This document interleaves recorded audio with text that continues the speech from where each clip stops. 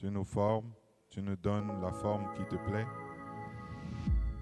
Accorde-nous, Saint-Esprit, de pouvoir être bien disposés. Donne-nous de recevoir la parole de Dieu favorablement dans nos cœurs et donne-nous de la recevoir pour comprendre afin de pratiquer. Au nom de Jésus-Christ de Nazareth, nous avons prié. Amen. Ok, que Dieu vous bénisse. Le thème qui va nous retenir notre attention dans les jours à venir sera le caractère de la grandeur selon Dieu. Dans le caractère de la grandeur selon Dieu, je ne sais pas, c'est comme si j'ai dit autre chose là-bas. Le caractère de la grandeur selon Dieu. Et nous allons introduire avec la vraie grandeur. Gloire à Dieu. Je pense que tout le monde aspire un peu à la grandeur. Dans le caractère de la grandeur selon Dieu, et aujourd'hui, la vraie grandeur. Donc, lisons Matthieu 18, le verset 1, pour nous conduire. Matthieu 18, verset 1, il est écrit. En ce moment, les disciples s'approchèrent de Jésus et dirent, « Qui donc est le plus grand dans le royaume des cieux ?» Amen. Amen. Qui donc est le plus grand dans le royaume des cieux? Question posée par les disciples de Jésus-Christ, les apôtres.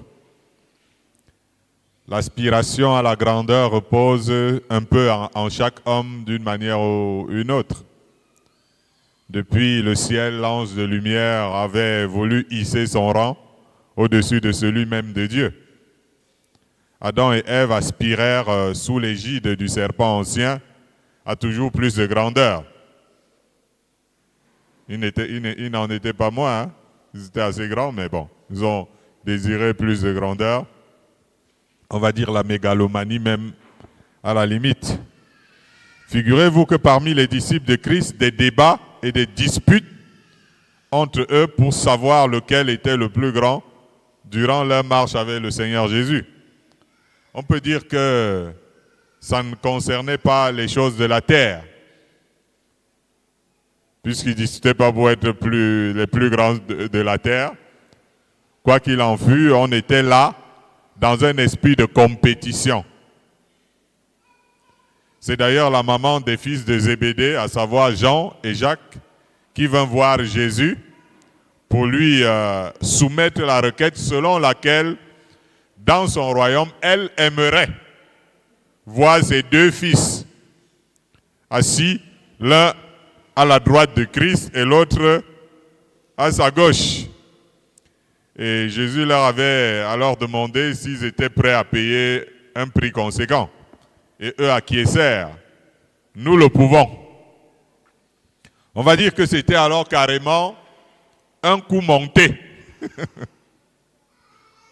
C'était un coup monté dans le groupe. Vous voyez que vous êtes dans un groupe, après derrière, il y a une maman de deux gars du groupe qui part derrière voir le Seigneur pour que ses deux fils se retrouvent au-dessus de tout le monde dans le royaume de Dieu.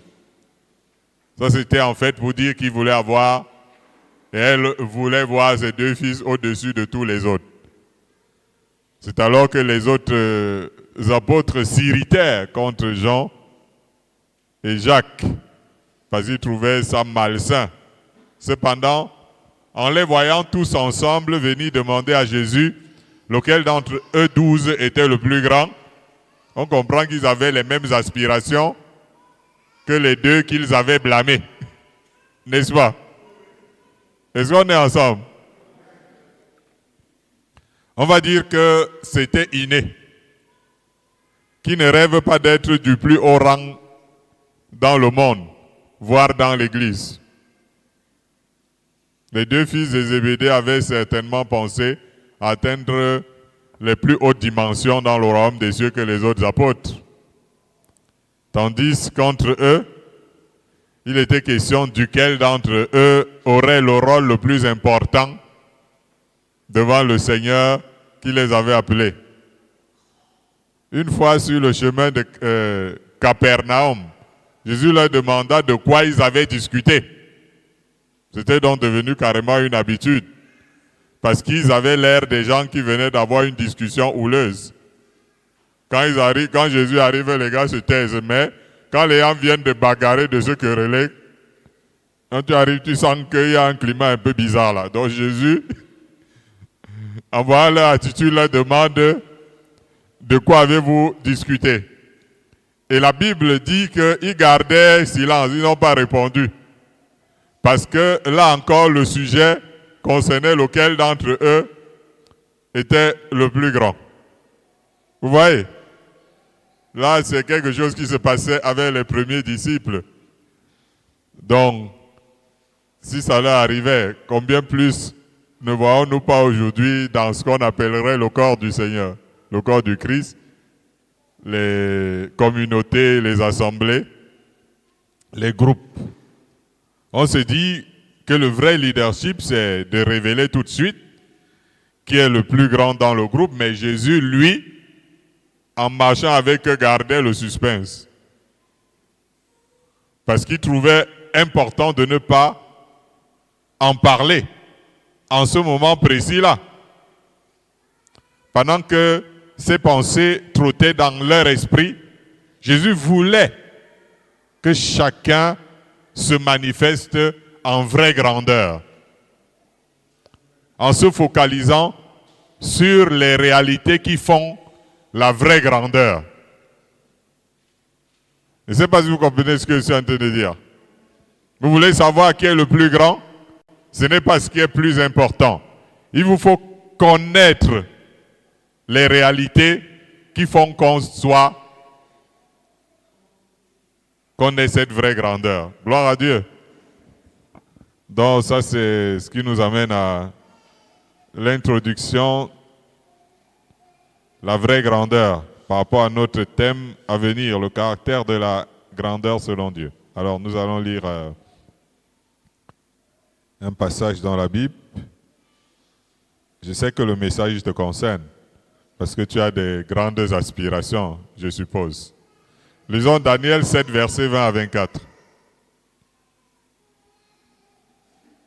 Daniel 7, versets 20 à 24.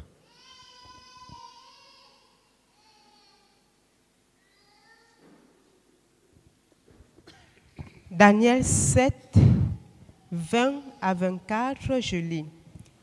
Et sur les 10 cornes qu'il avait à la tête, 20 et 24. Daniel 7, 20 et 24. Et sur les 10 cornes qu'il avait à la tête, et sur l'autre qui était sortie, devant laquelle 3 étaient tombés, sur cette corne qui avait des yeux, une bouche parlant avec arrogance et une plus grande apparence que les autres. Verset 24. Les 10 cornes, ce sont 10 rois qui se lèveront de ce royaume. Un autre se lèvera après eux. Il sera différent des premiers et il abaissera 3 rois. Amen. Amen. Dans ce passage de Daniel, le Seigneur avait montré à ce dernier de très grands hommes, de très grands rois, plus précisément, qui allaient se succéder sur notre planète. Donc c'était un peu comme si Dieu lui montrait les choses qui vont arriver. Là, il était question de grandeur apparente. Vous comprenez? De grandeur apparente, ça veut dire que c'est que tout le monde pouvait voir. La grandeur fondée sur, on va dire, la réalité humaine. Donc il lui a parlé des hommes qui auront la grandeur fondée sur la réalité humaine. On remarquera que ceux qui atteignent de plus grandes apparences que les autres ont tendance à parler avec arrogance. C'est ce qu'il allait décrire ici, cette personne qui allait avoir plus d'apparence que les autres. Il y a tellement eu sur notre planète d'hommes au prestige social ayant une telle insolence N'est-ce pas? Mais tous ceux qui ont eu un grand rayonnement dans le monde n'ont pas agi avec les mêmes sentiments. Ça, il faut aussi reconnaître cela. Le Seigneur lui-même a souvent produit des grands qui sont l'œuvre de ses mains. N'est-ce pas? Il est écrit, de la poussière, il retire... Ah, vous ne connaissez pas ce passage biblique. De la poussière, il retire le pauvre, du fumier, il relève l'indigent, pour les faire asseoir avec les grands et leur donner en partage un trône de gloire. On parle de ce que Dieu fait. De la poussière, il retire le pauvre. Du fumier, il relève l'indigent pour les faire asseoir avec les grands. Alléluia.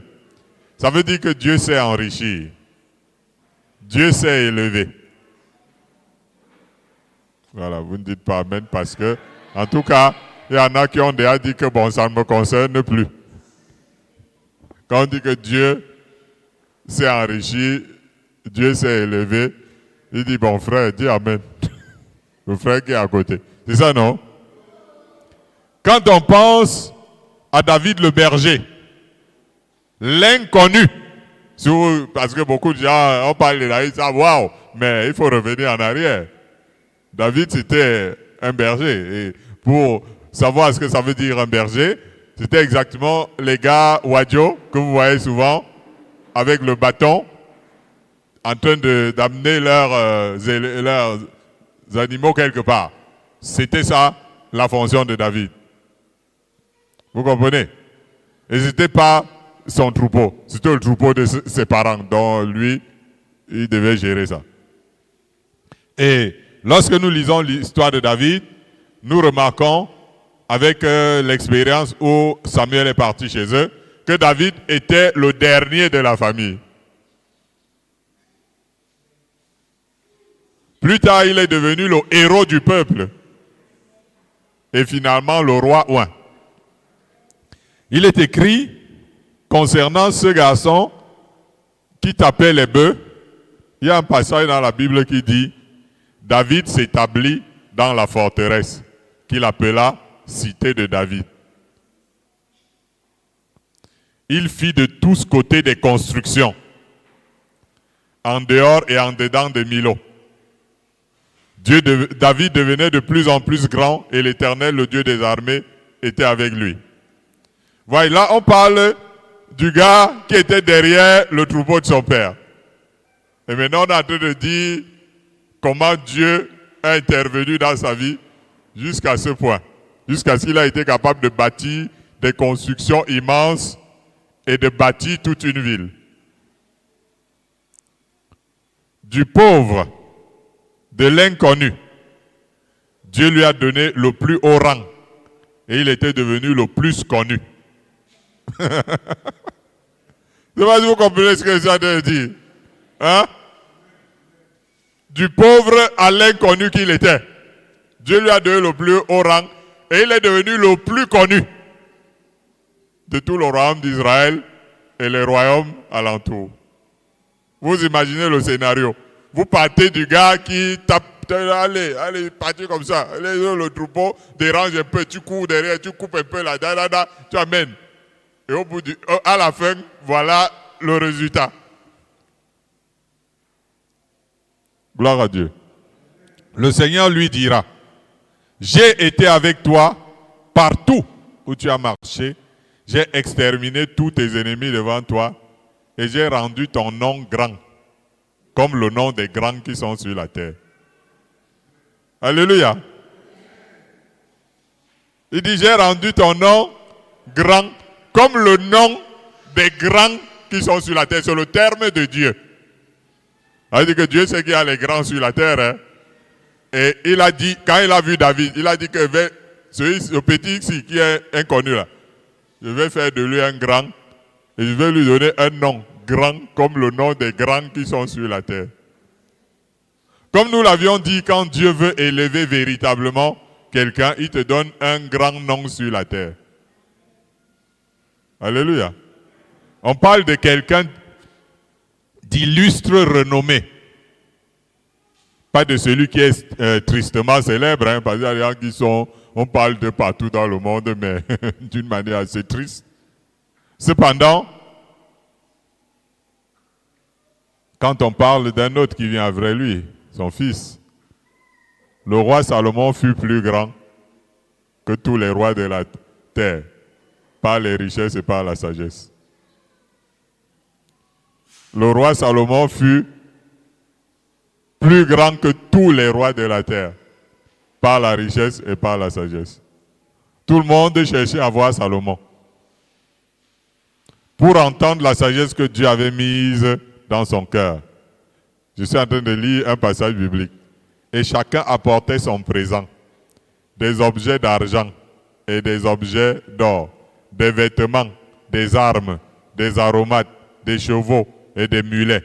Et il en était ainsi chaque année.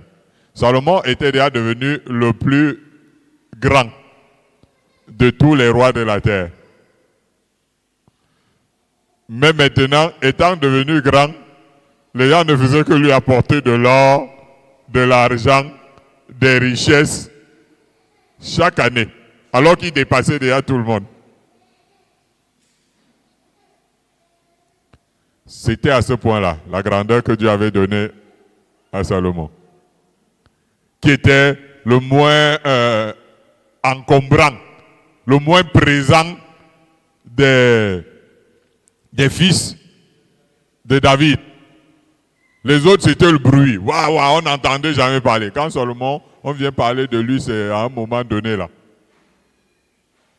Et Dieu l'élève au point dont nous venons de parler. Et Salomon lui-même va déclarer, « Je devins grand. » Si vous lisez Ecclésiaste, je cite ce qu'il dit. « Je devins grand, plus grand que tout ce qui était avant moi dans Jérusalem. Et même ma sagesse demeura avec moi. » Là, c'est son propre témoignage. Gloire à Dieu. Son rayonnement était exceptionnel sur la planète. Les grands de la terre se bâtissent souvent des immenses maisons. Ils ont de l'or, des richesses et de l'argent en abondance. Un peu comme l'était Job, quand on le décrit. Avant ses épreuves, et plus encore après ces épreuves. Puisque la Bible nous dit que Dieu a béni Job plus qu'il n'était encore avant. Le prestige social fait en sorte que vous vous retrouviez souvent parmi les invités d'honneur. Dans les milieux importants socialement aussi. Quand quelqu'un organise sa fête par exemple, gloire à Dieu. Il y a aussi des marques de prestige qui sont attachées aux fonctions des gens. Malheureusement, ces positions prestigieuses poussent ceux qui sont ainsi bien placés à être parfois hautains et à vouloir rendre les autres esclaves. Malheureusement, ça ne devrait pas être ainsi. Alléluia. Je suis en train de vous parler de la vraie grandeur. Et là, je venais de vous parler de la grandeur selon l'homme. Chacun de vous aimerait être ce que nous avons fini de dire là. Il y aspire et il se bat. D'autres se battent même comme Don Quichotte et les moulins avant. Que Dieu vous bénisse.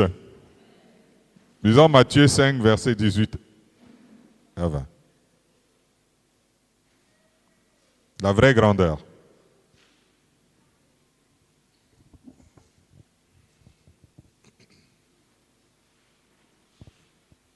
Matthieu 5, verset 18, il est écrit, « Car je vous le dis en vérité, tant que le ciel et la terre ne passeront point, il ne disparaîtra pas de la loi un seul iota ou un seul trait de lettre, jusqu'à ce que tout soit arrivé. » Amen.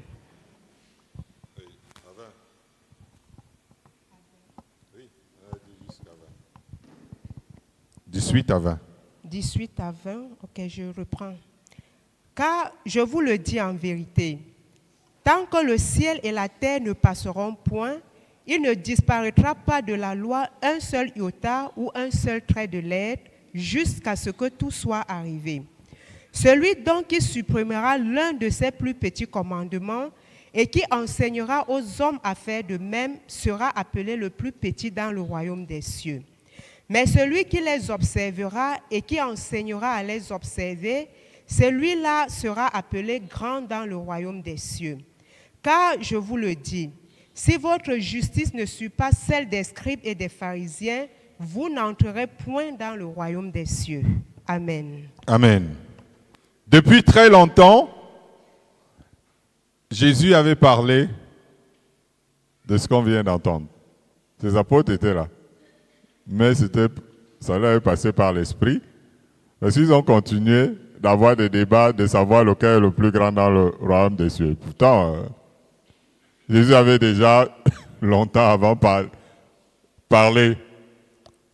Il y a des choses dont nous venions de dire là tout à l'heure, telles qui étaient devenues comme ça, et à laquelle tout le monde ne peut pas aspirer forcément, ni devenir forcément. Mais la vraie grandeur est à la portée de toute personne qui s'appelle enfant de Dieu, serviteur de Dieu, chrétienne, etc. L'apôtre Paul, Jésus, pour ricocher ce que Jésus dit ici, il dit que celui qui supprimera l'un de ses plus petits commandements et qui enseignera aux hommes à faire de même sera appelé le plus petit dans le royaume des cieux. Et celui qui les observera et qui enseignera à les observer sera appelé grand dans le royaume des cieux. Paul dit que toute écriture est inspirée de Dieu. Toute écriture est inspirée de Dieu, elle est utile pour enseigner, elle est utile pour convaincre, elle est utile pour corriger, elle est utile pour instruire dans la justice. Toute écriture. La connaissance des saintes lettres, dira-t-il à Timothée, ça rend sage à salut. Ça rend sage à salut. Parce qu'il y a une sagesse selon le monde qui peut être folie devant Dieu. Mais la connaissance des saintes lettres rend sage à salut.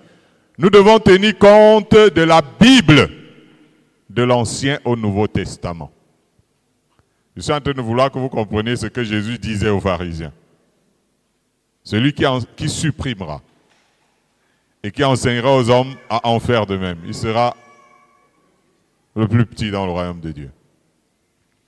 Nous devons tenir compte de la Bible de l'Ancien au Nouveau Testament. Jésus dit, tout scribe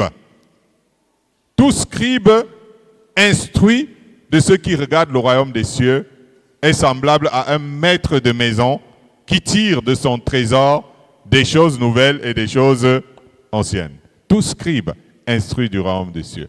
Quand quelqu'un choisit une partie de l'écriture de préférence à d'autres parties, il sera compté parmi les petits dans le royaume des cieux.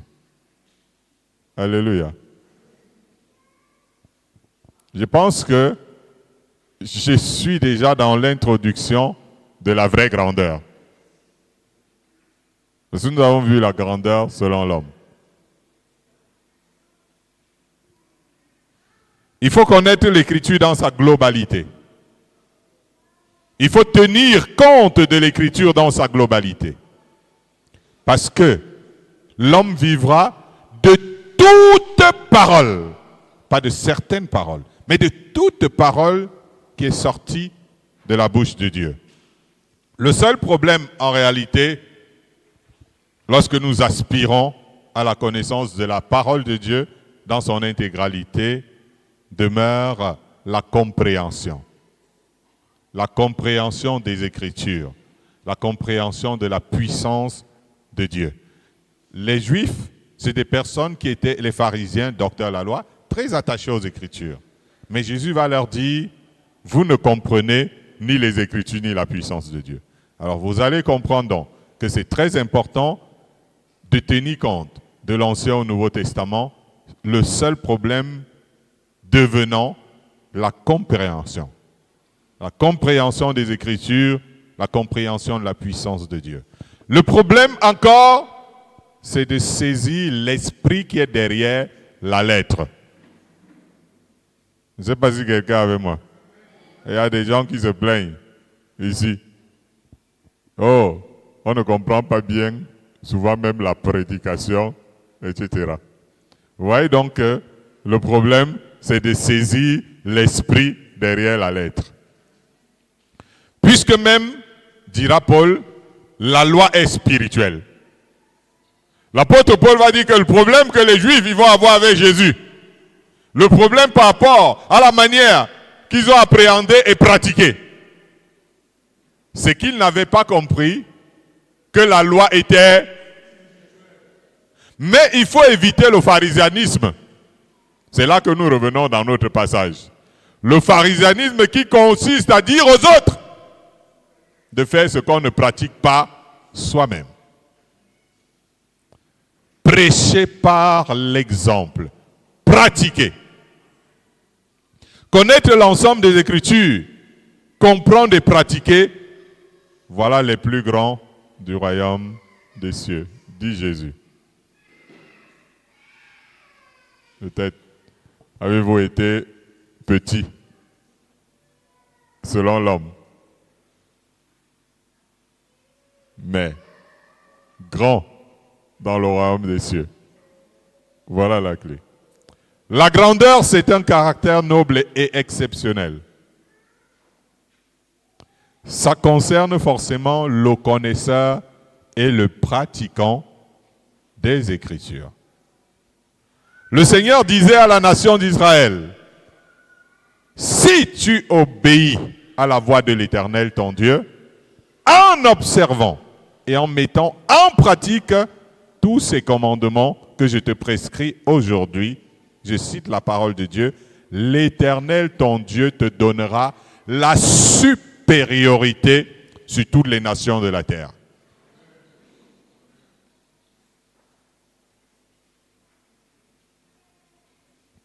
Si tu obéis à la voix de l'Éternel ton Dieu en observant et en pratiquant tous ses commandements. Il ne dit pas certains de ses commandements. Tous ces commandements que je te prescris aujourd'hui, l'Éternel ton Dieu te donnera la supériorité. Et plus loin, dans toujours Deutéronome, il dit l'Éternel fera de toi la tête et non la queue. Tu seras toujours en haut et tu ne seras jamais en bas. Lorsque tu obéiras aux commandements de l'Éternel ton Dieu que je te prescris aujourd'hui, lorsque tu les observeras et les mettras en pratique. Je suis très désolé du pentecôtisme que j'appelle parfois le panchécotisme d'aujourd'hui, qui va aller récupérer des paroles selon lesquelles je serai en haut, je ne serai jamais en bas, je ne sais pas moi, je serai le premier, je serai ceci, sans lire attentivement tout ce qui a été dit pour que tu le deviennes. Ce n'est pas une réclamation, une revendication, un slogan. Je décide de devenir le plus grand, je décide d'être en haut, en bas, puis je déclare. Il n'y aura pas. Tu vas bavarder toute ta vie jusqu'à... Tu vas devenir même mieux.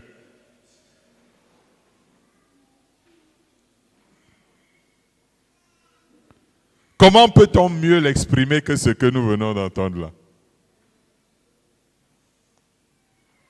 Cette supériorité ne se limite pas seulement dans le royaume des cieux qui donnera à celui qui mettra en pratique tous ses commandements, mais surtout les autres sur la terre qui ne connaissent pas, ne comprennent pas et ne pratiquent pas les Écritures.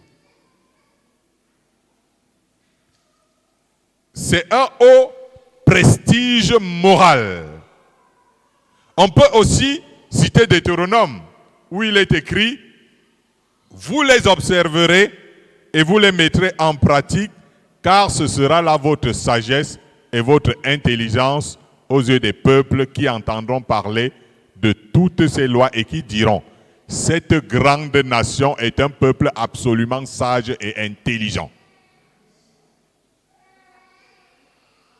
Dieu dit, si vous observez et vous mettez en pratique, constatez le chemin où Dieu a voulu que le monde réalise que son peuple est doué des qualités les plus éminentes, en leur révélant les Écritures, en faisant qu'ils vivent, ils pratiquent et que le monde réalise qu'il a affaire à des êtres d'une éminence surdimensionnée. Quel que soit l'âge d'un croyant, s'il observe les commandements de Dieu, il fait preuve de maturité. Par rapport à un vieux théologien en manque de pratique. Dans le livre de la loi, on multiplie. Tu multiplieras si tu pratiques ce que l'Éternel te prescrit. Ce n'est pas juste en revendiquant des promesses. Oh Dieu, tu as dit ceci. Oh Dieu, tu as dit cela. Oh Dieu, tu as dit ceci. Oh Dieu, tu as dit cela. On parle de grandeur d'âme en termes de noblesse et générosité de sentiment, ou alors la magnanimité. C'est ce qui résulte du caractère de celui qui pratique la parole de Dieu sans rien ajouter ni rien en retrancher.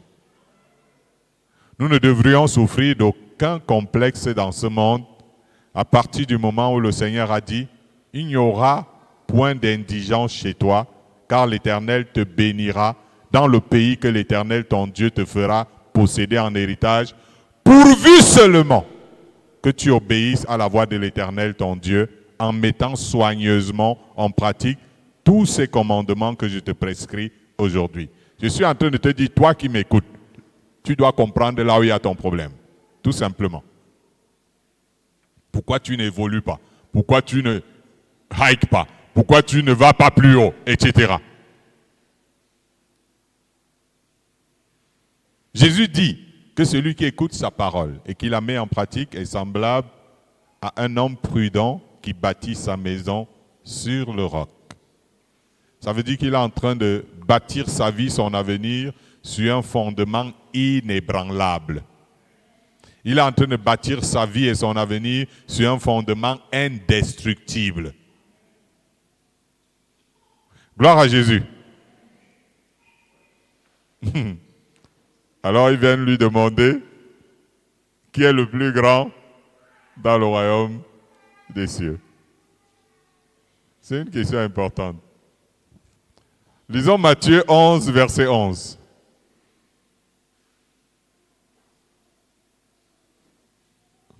Matthieu 11, 11.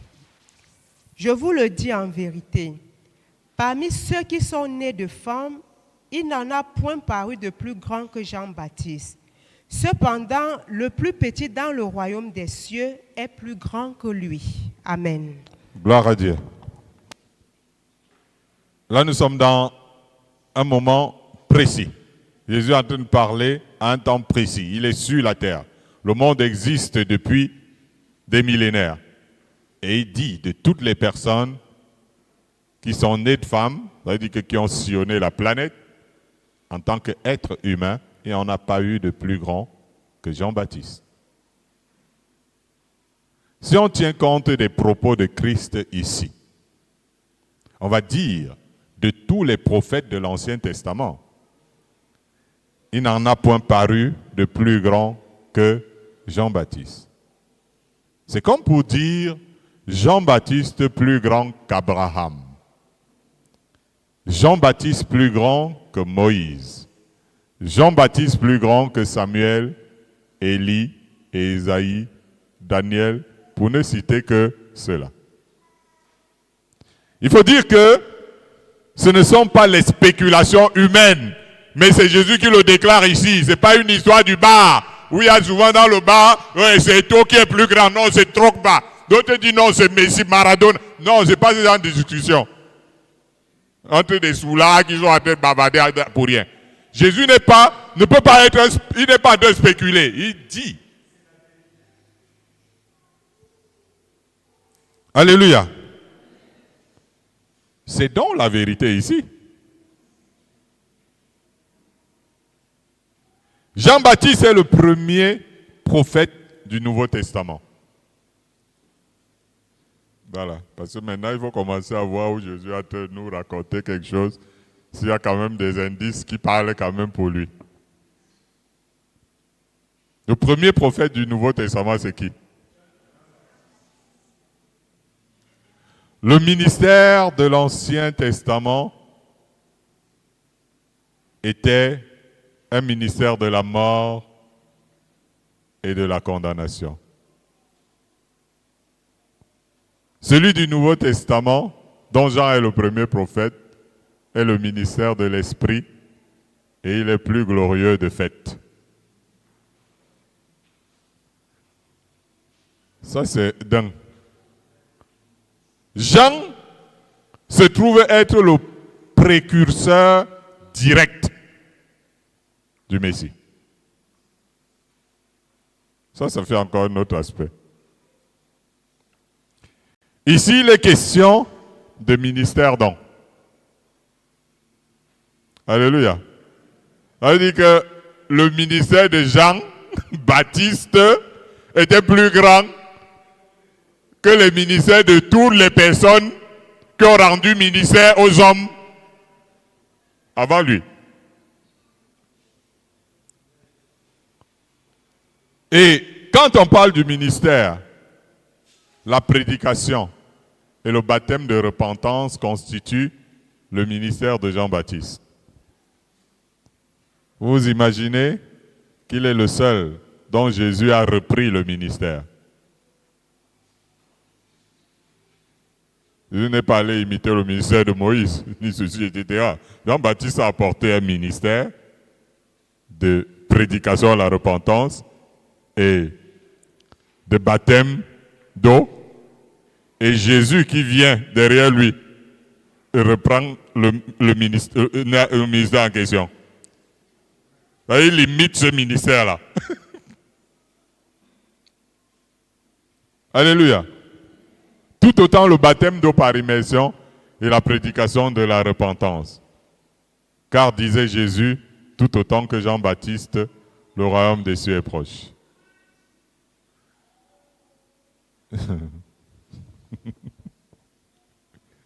Jean le plus grand.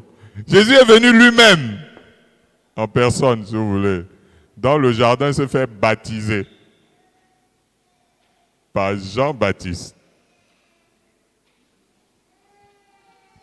Jésus a rendu ministère à Abraham, il a rendu ministère à Moïse, à tout le monde. Il est venu se soumettre au ministère de Jean-Baptiste. Jean-Baptiste a rendu ministère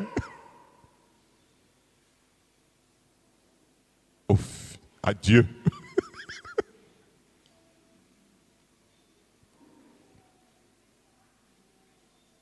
C'est le ministère de Jean qui est le plus grand que celui de tous ceux qui l'ont précédé. C'est d'ailleurs un ministère qui n'a point de fin, tant que le ciel et la terre subsistent. À toutes les nations, jusqu'à ce que Jésus vienne, et peut-être même après que Jésus soit revenu, la repentance doit être prêchée. Et à tous les croyants véritables, le baptême de Jean doit être administré. Mais Jésus dit que le plus petit dans le royaume des cieux est plus grand que Jean-Baptiste.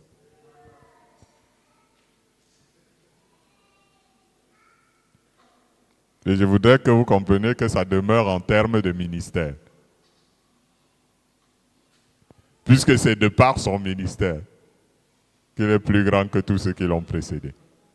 Et ça part du fait que Jean a dit de Jésus qu'il vient après lui, celui qui est plus grand. C'est ce qui fait que les disciples de Christ peuvent avoir un plus grand ministère que ceux de Jean-Baptiste. C'est pourquoi le ministère des premiers apôtres qui étaient disciples de Christ et non de Jean-Baptiste a eu plus d'impact dans les nations que celui de Jean-Baptiste en Israël. Paul est arrivé et pour beaucoup il fut plus grand que Pierre et c'est par rapport à l'impact plus étendu de son ministère dans les nations et l'impact de conversion sur les croyants. Pourtant, lui, Paul, il n'a pas eu une immense communauté. Comment pouvez-vous comprendre que l'apôtre Paul n'a pas eu une communauté et Pierre en a eu? On va dire Pierre a eu une communauté. D'abord, en un jour, 3000 personnes se sont converties et des multitudes arrivaient. Et le ministère de Pierre, à un moment donné, n'était plus dans un lieu. C'était dans la ville. Et la ville se réunissait.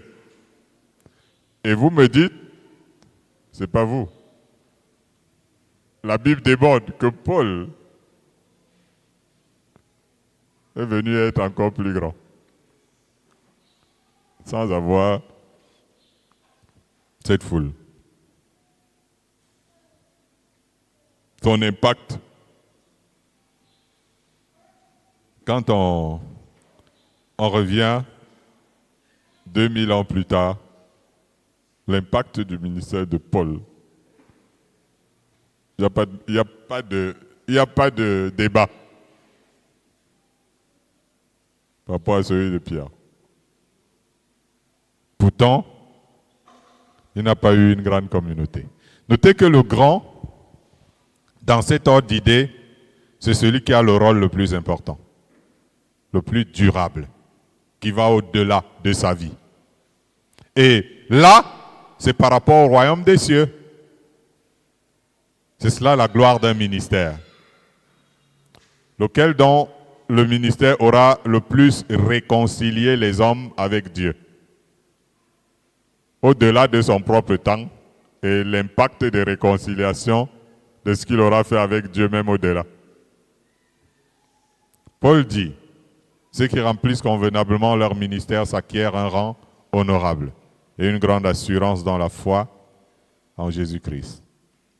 Ne jugez pas votre ministère grandiose de par la foule ou l'étendue terrestre. Au final, il ne sera grand que par le nombre de personnes qu'il aura réconciliées avec Dieu en réalité et par le nombre de personnes qu'il aura fait entrer au ciel. Combien de personnes ont eu des visions où ils ont vu Jésus et il leur a montré des grandes communautés, il n'y avait personne qui était prêt pour le ciel. Ne soyons pas grands par nous-mêmes. Ne soyons pas grands pour nous-mêmes. Soyons grands pour le ciel.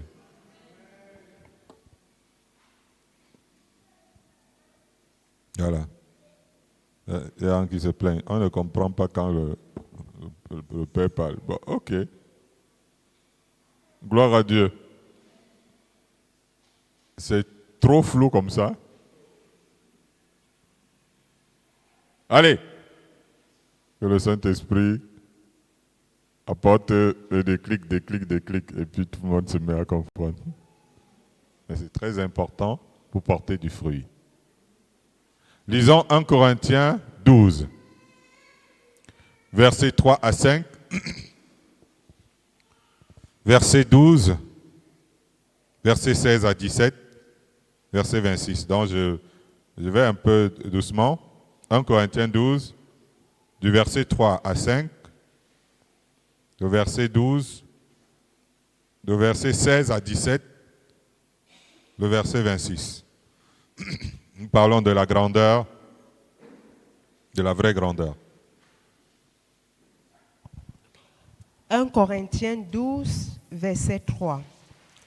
C'est pourquoi je vous déclare que nul, s'il parle par l'Esprit de Dieu, n'est dit « Jésus est anathème », et que nul ne peut dire « Jésus est le Seigneur » si ce n'est pas le Saint-Esprit. Il y a diversité de dons, mais le même Esprit. 3 à 5. Diversité de ministères, mais le même Seigneur. Car comme le corps est un et a plusieurs membres, et comme tous les membres du corps, malgré leur nombre, ne forment qu'un seul corps, ainsi en est-il de Christ. Et si l'oreille disait... Commençons par la partie qui dit celui qui prophétise au contraire. Voilà, c'est 1 Corinthiens 14. Relevez simplement le 1 Corinthiens 14 à la place de 1 Corinthiens 12. Les mêmes versets. 1 Corinthiens.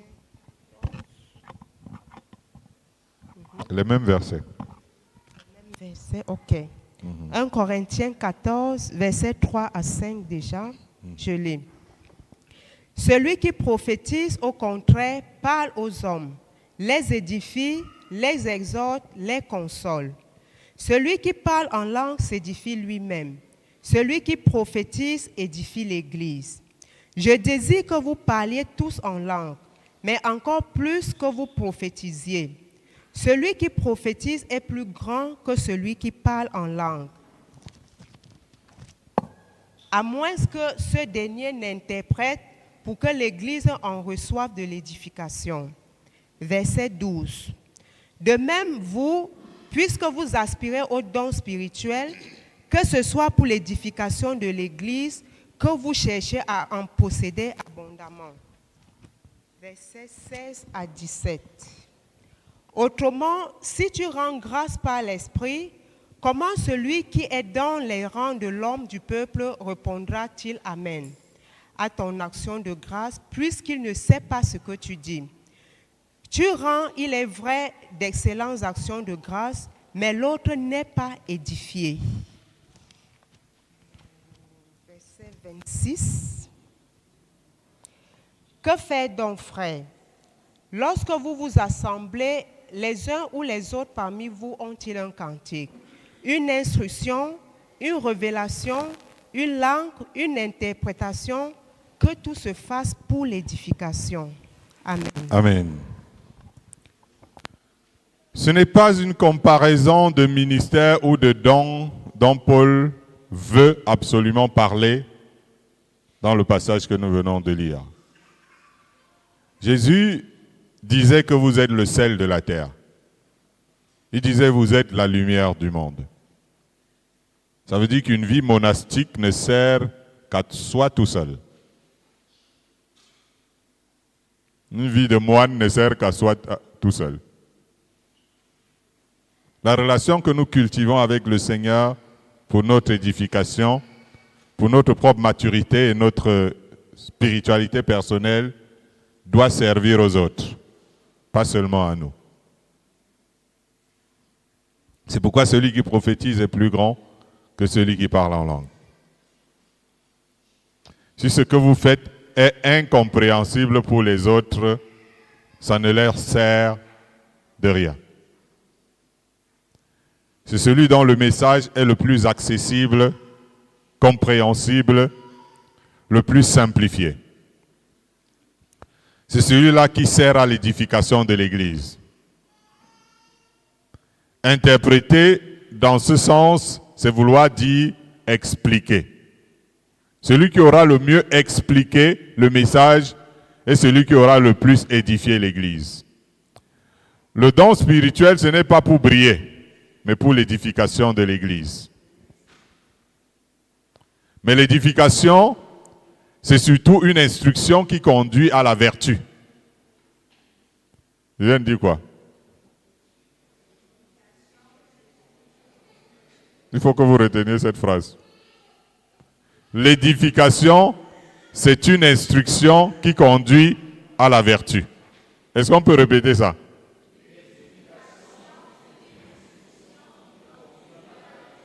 Voilà. Ça veut dire que si je suis en train d'apporter une instruction et ça n'amène pas à la vertu, c'est une instruction, mais ce n'est pas de l'édification. Édifier, ce n'est pas seulement être éloquent, c'est la portée de ce qu'on dit sur les autres. Est-ce que cela les amène à la vertu? Édifier revient à éduquer avec résultat. C'est ça, édifier. Alors, c'est donc celui dont le don transforme positivement les vies, c'est celui-là qui sert le plus à leur édification. Est-ce que quelqu'un me comprend? Nous devons rechercher ce qui contribue à l'édification mutuelle, quel que soit notre don et notre appel. Paul dit que chacun de nous complaise au prochain pour ce qui est bien en vue de l'édification. Si ce que nous faisons n'éduque pas, ne conduit pas les gens à la vertu, si nous ne bâtissons pas des vies, même si nous sommes responsables des multitudes et leur crions dessus et parlons tous les jours sur eux, nous devenons petits aux yeux de Dieu.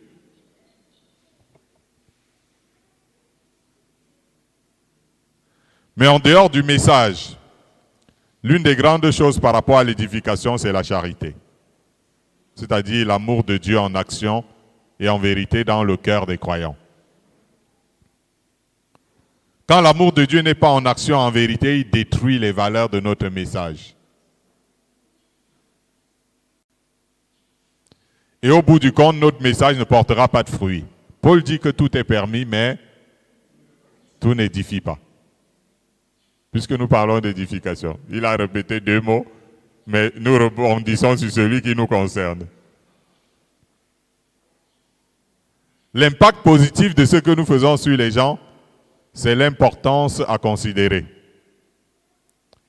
Et c'est cela la grandeur de quelqu'un devant Dieu. Nous ne sommes pas appelés à détruire, mais à construire des vies. Et c'est dans cette mesure que nous sommes les plus grands que les autres dans l'Église de Dieu.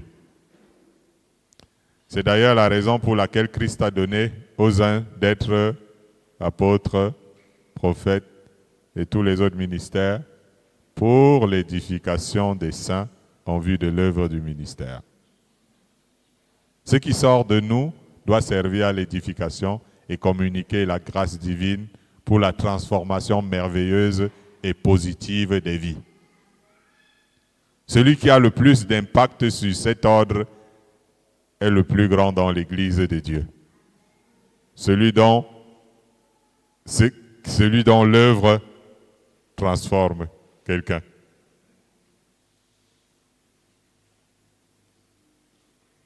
Est-ce que quelqu'un avec nous là?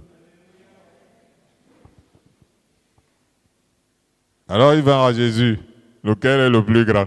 Je ne sais pas à quoi il s'attendait. Il s'attendait à celui qui aura le titre de bishop, ou je ne sais pas quoi, etc. Et Jésus s'est mis à leur dire que c'est le plus grand dans le royaume des cieux. Et tout au long de son ministère, il leur avait dit des choses à propos de la grandeur. Mais ce n'est pas tout. Gloire à Dieu. Ce n'est pas tout. Je parle ici. J'espère que tu es en train de... Toi qui as dit depuis le début que tu voulais être le plus grand. J'espère que tu es en train de prendre rapidement le chemin de la vraie grandeur. Afin que ton entrée dans le royaume des cieux soit avec beaucoup d'applaudissements. Parce qu'un grand va entrer dans le ciel de Dieu. Désolé pour ta conception de la grandeur. Mais on parle de la vraie grandeur. Lisons Matthieu 23, verset 11.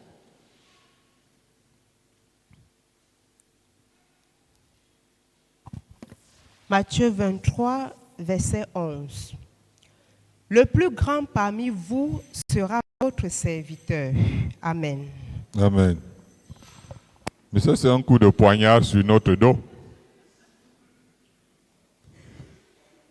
Je suis en train de dire notre dos, nous les pentecôtistes, parce que nous sommes venus avec la même conception de la grandeur dans le monde.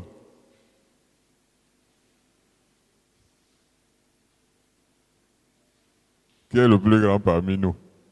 Jésus dit, le plus grand parmi vous sera votre serviteur.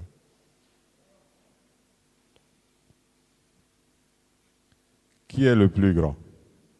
C'est par le service des autres. Le grand, c'est celui qui a le rôle le plus important, en fait.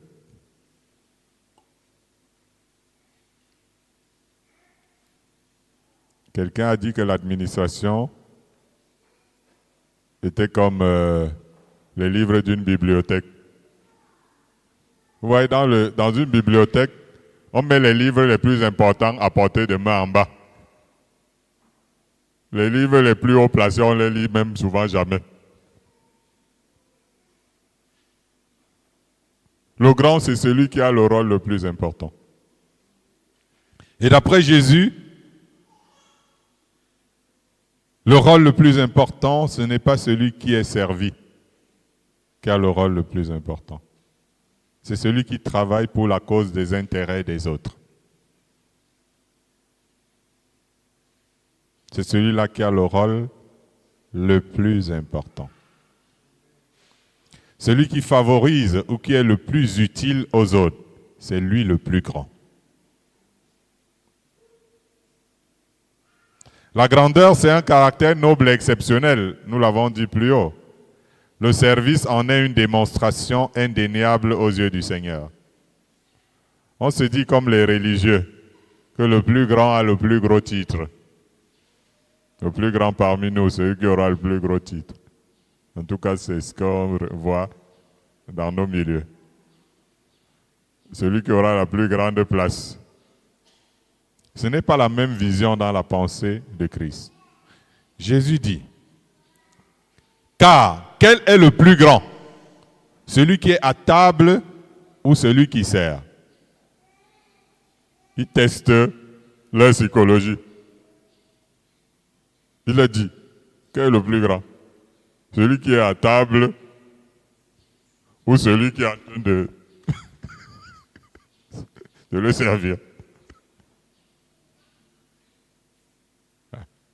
Dans la pensée collective, tout le monde peut dire qui est le plus grand.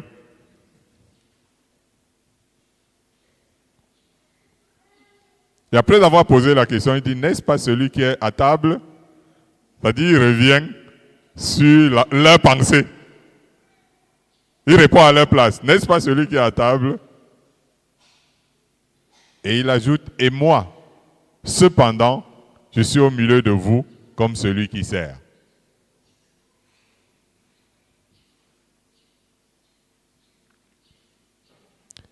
Et là, c'est le maître qui parle à ses disciples. Hein. C'est le patron qui est en train de parler à ses employés.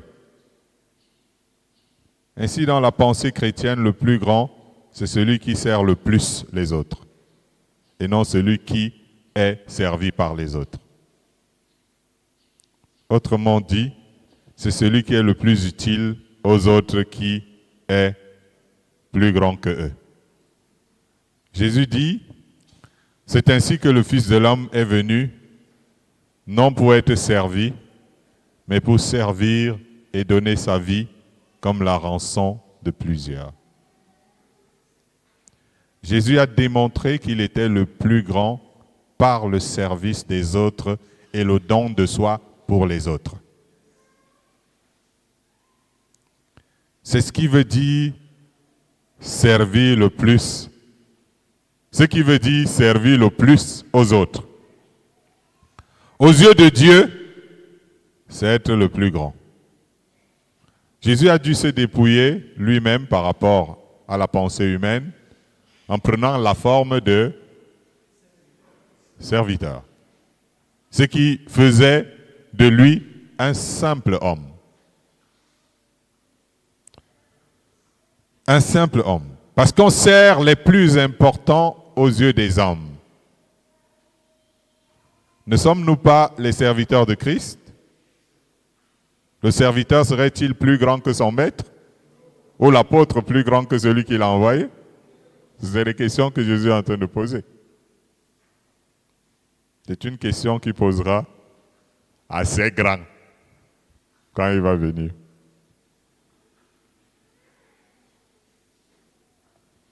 La vraie grandeur ou le vrai caractère noble et exceptionnel se trouve dans la simplicité.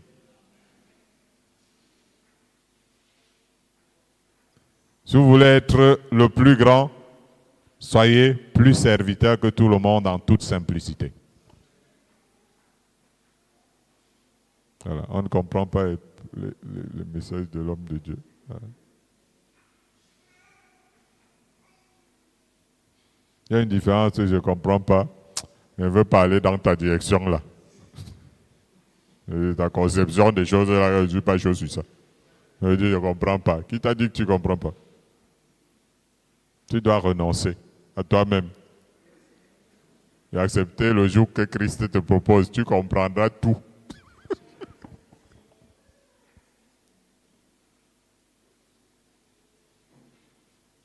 La vraie grandeur.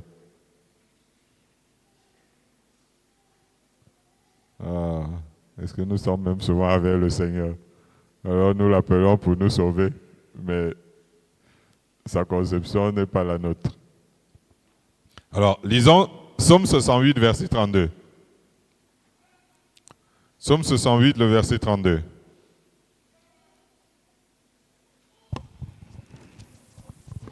Psaume 68, verset 32. Des grands viennent de l'Égypte. L'Éthiopie accourt les mains tendues vers Dieu. Amen. Amen. Des grands viennent de l'Égypte. L'Éthiopie accourt les mains tendues vers Dieu.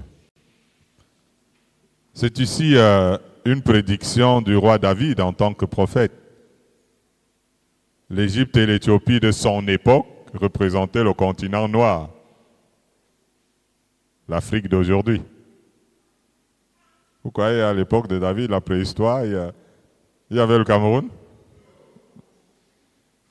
il y avait l'Algérie. Voilà. Tout ça, c'est né quand? 1884. Le partage après chacun de ça pas de nom. Sinon, dans la Bible, c'était le continent noir. Alors David a une révélation sur le continent noir. Il prédit que l'Afrique va engendrer de grands hommes et femmes seront issus de l'Afrique. Il y a des gens qui disent, je récupère ça. N'est-ce pas? Hein? Nous sommes dans le panchécotisme, non? On récupère. Et là, il ne parle pas, David ne parle pas de grands selon le monde, mais selon Dieu. La seule caractéristique qu'il leur donne, la seule caractéristique qu'il donne à ces grands est celle-ci, les mains tendues vers Dieu. La seule.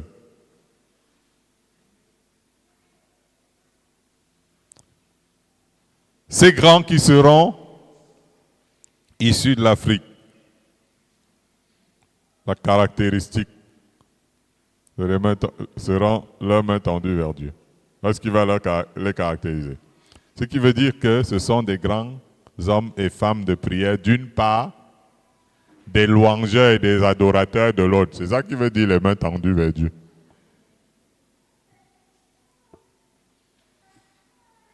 Hommes et femmes de prière d'une part, louangeurs, adorateurs de l'autre. Il veut dire que ce sont des grands par les prières, ce sont des grands par la louange, ce sont des grands par l'adoration. Ça veut dire que ce sera la vie de ces personnes. La grandeur, c'est une vaste dimension dans laquelle on évolue. La grandeur, c'est une vaste dimension dans laquelle on évolue. Grand, c'est ce qui est d'une dimension importante. Et c'est à travers la prière, la louange et l'adoration que ces dimensions seront atteintes.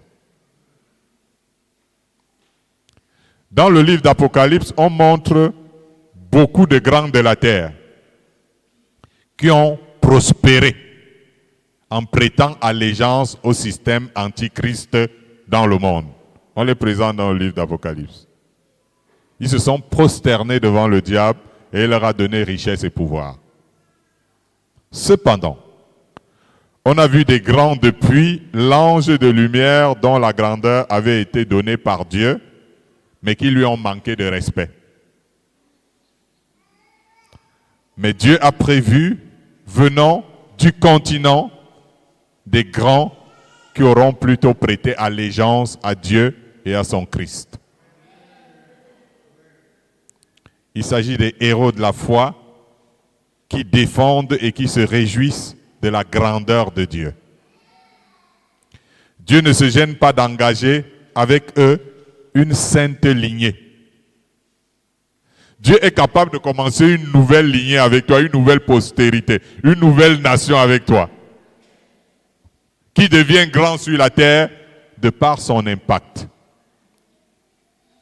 Je ne dis pas qu'ils seront forcément grands selon le monde, car nous avons défini plus haut, ce qu'est la vraie grandeur aux yeux de Dieu. La louange a purifié beaucoup d'atmosphères terrestres des invasions démoniaques qui auraient pu s'y imposer. Je ne parle pas de la louange artificielle. À ne pas confondre. D'ailleurs, j'ai entendu que des trucs là-dessus, très compliqués. La prière a eu de l'effet salutaire pour de nombreux hommes et élevé beaucoup de nations. Mais les grands devant Dieu qui avaient élevé les mains étaient souvent dans l'ombre. Même si nous avons confondu la vraie grandeur et nous sommes tournés vers celle qui est éphémère, nous pouvons à nouveau élever nos mains vers Dieu avec David en lui adressant cette prière. Relève ma grandeur.